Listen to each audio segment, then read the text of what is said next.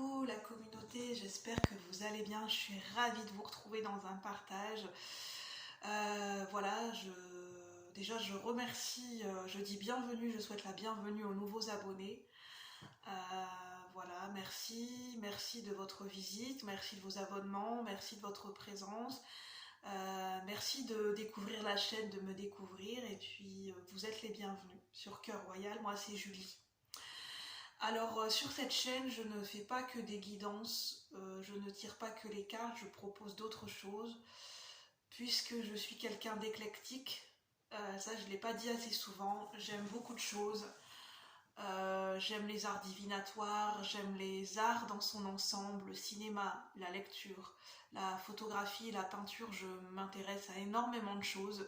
Tout ce qui peut toucher mon cœur, tout ce qui peut toucher ma sensibilité, tout ce qui peut réveiller et susciter mon imaginaire. J'ai autant un côté spirituel qu'un côté, comment dire, analytique et mental. Donc voilà, j'ai plusieurs facettes dans ma personnalité, et voilà, je peux avoir différents types de goûts, des goûts atypiques. Et voilà, comment je me présenterai comme quelqu'un d'atypique, comme quelqu'un de perché, mais c'est moi, c'est ce que je suis. Aujourd'hui, dans cette vidéo, j'ai envie de vous parler de cinéma, de lecture, mais c'est plutôt du cinéma. Je vais vous parler donc de plusieurs sujets. Là, je suis tombée sur... c'est tout juste, c'est du tout frais. Je suis tombée à la télé sur la chaîne Cinéma Classique, je crois, ou Cinéma Culte, non, Cinéma Classique, sur une sorte de biographie ou de documentaire sur la vie et sur la filmographie de la fabuleuse actrice que j'adore, Claudia Cardinal. Cette actrice, pour moi, elle m'a toujours marquée, elle me marque encore, elle est sublime, déjà elle est sublime. C'est une question de goût, mais pour moi, je sais reconnaître aussi la beauté chez une femme, pas que chez les hommes. De femme à femme, je trouve que Claudia Cardinal a une beauté incandescente, une beauté innocente, une beauté fraîche, une beauté très subtile à la fois, un regard qui est pénétrant, un regard qui en dit long, une grande expressivité. J'aime beaucoup Claudia Cardinal. Elle a joué beaucoup dans ce documentaire. On explique qu'elle a joué plusieurs fois avec le réalisateur Visconti, Luchino Visconti. Donc c'est une italienne et c'est un réalisateur italien. Elle a joué avec Delon, Alain Delon dans Le Guépard. Elle a joué dans Sandra, disait, avec encore le réalisateur Luis Visconti. Et elle devait beaucoup travailler, répéter, parce que fallait que ce soit parfait avec ce réalisateur Visconti. Et il y a une scène qu'elle a refait, je sais plus, 3-4 fois. C'était simplement une scène où elle devait marcher, ouvrir la porte et répondre à quelqu'un, prendre un télégramme, refermer la porte, se rasseoir et lire le télégramme. Et elle a refait cette scène. Et surtout dans Il était une fois dans l'Ouest. Elle a un rôle, une attitude, un regard, les silences.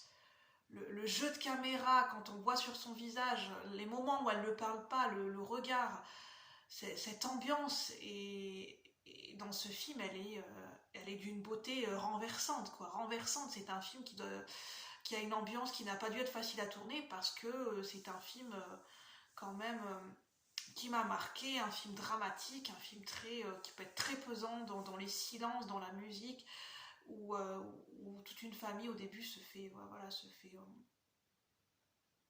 tuer. Et voilà, je voulais vous en parler parce que Claudia Cardinal, moi, me touche énormément. Elle a quelque chose de unique. Elle a une beauté physique, une beauté, elle dégage quelque chose, elle rayonne et elle dégage quelque chose dans ses films. Elle apporte quelque chose dans les films où elle tourne, je trouve. Et c'est un clin d'œil parce que j'aime beaucoup Claudia Cardinal. Je l'ai vue dans Le Guépard, je l'ai vue dans Il était une fois dans l'Ouest, je l'ai vue dans Cartouche, où elle joue avec Jean-Paul Belmondo. C'est mon père qui m'a fait découvrir ce film, que j'aime beaucoup aussi. Et c'est une actrice, pour moi, splendide, quoi. Merci à Claudia Cardinal, elle est unique, elle est rare. J'aime aussi beaucoup l'actrice Keira Knightley. J'aime beaucoup son côté british, son côté anglais. Elle a quelque chose dans son regard, elle a des répliques qui sont Elle apporte quelque chose aussi dans ses films, beaucoup d'intelligence et de vivacité dans le regard. Je l'aime beaucoup dans le film Duchesse. Je l'aime beaucoup dans le film Orgueil et préjugés. J'aime beaucoup aussi Anna Thaouei dans Becoming Jane, dans ce film où c'est là où on raconte, où elle joue le personnage de Jane Austen, et j'aime beaucoup aussi les lectures de Jane Austen. Je voulais vous parler d'un autre film que j'ai découvert. Bon, j'espère que je ne vais pas trop vite. C'est pas grave, c'est spontané, je parle comme ça me vient. Et en fait, ce film, c'est tiré d'un livre. Il y a eu 2 films. Il y a eu une version en 1975 et moi, la version que j'ai vue, c'est une mini-série. C'est même pas un film, c'est une mini-série en 6 épisodes. Une série australienne. Et le film, je pense qu'en 75, ça a été vraiment un film. Et en 2018, c'est une mini-série en 6 épisodes. Et en fait, c'est Picnic à Hanging Rock. Hanging Rock. En fait, c'est l'histoire de jeunes filles qui vivent dans un pensionnat et qui apprennent les bonnes manières et tout ça avec une directrice qui est assez spéciale, assez rigide, assez autoritaire et qui cache des secrets en fait, qui est une directrice qui est assez torturée en fait. Finalement, on découvre au fur et à mesure des séries. Elle m'a beaucoup perturbée cette série. J'ai vu les 6 épisodes hier, j'étais frustrée. Ça m'a fait passer par diverses émotions. Je n'arrivais pas à comprendre, je n'arrivais pas à capter ce qui se passait dans le film. Pourquoi ? Parce qu'il n'y a aucun repère. Et apparemment, j'ai été voir sur internet parce que ça m'a tellement intriguée jusqu'à la fin, jusqu'au dénouement. En fait, c'est fait exprès. Le lecteur ou le spectateur, c'est fait exprès. Il n'y a aucun repère. On ne sait pas si on se situe, dans quelle scène on se situe. On ne sait pas si on a la perspective d'un ou plusieurs personnages. On ne sait pas vraiment qui raconte l'histoire à quel moment. On ne sait pas si on se retrouve dans le présent, si on se trouve dans le passé, si on est dans un flashback. On suppose les flashbacks. Il y a une telle souplesse dans l'espace-temps. On a l'impression que le réalisateur joue avec le temps. Il n'y a pas de règle en fait dans ce film. Il n'y a pas de repère, il n'y a pas d'indice, il n'y a pas d'étape à suivre. Le lecteur est complètement noyé dans on ne comprend pas en fait dans ce film. Ça fait jouer notre réflexion, jouer notre imaginaire. Et en fait, c'est fait exprès, on laisse des lignes floues, des intermédiaires. Il y a le mot entre-temps. Des entre-deux, non, entre-deux, entre-temps. On est tout le temps, on est entre les limites, on est entre les frontières. En fait, ce film, dans cette mini-série, joue en permanence sur les frontières, entre l'irréel, le réel, entre le passé et le présent, entre notre monde intérieur, le monde extérieur. Est-ce qu'à ce moment-là, on a une vision du personnage qui vient de son esprit ou est-ce que c'est vraiment la réalité ? En fait, on n'a aucun repère pour se situer dans cette mini-série et c'est voulu. C'est un parti pris, c'est voulu dans cette série. Et à la fois, ça génère de la frustration, on pourrait ne pas aimer. J'ai été frustrée jusqu'à la fin. À la fin, cette mini-série m'a laissée sur ma faim. Parce qu'il n'y a pas vraiment de fin. Chacun se fait sa propre idée, en fait, on peut imaginer la suite. Comme dans beaucoup de films où il n'y a pas de fin. En fait, c'est des jeunes filles qui disparaissent.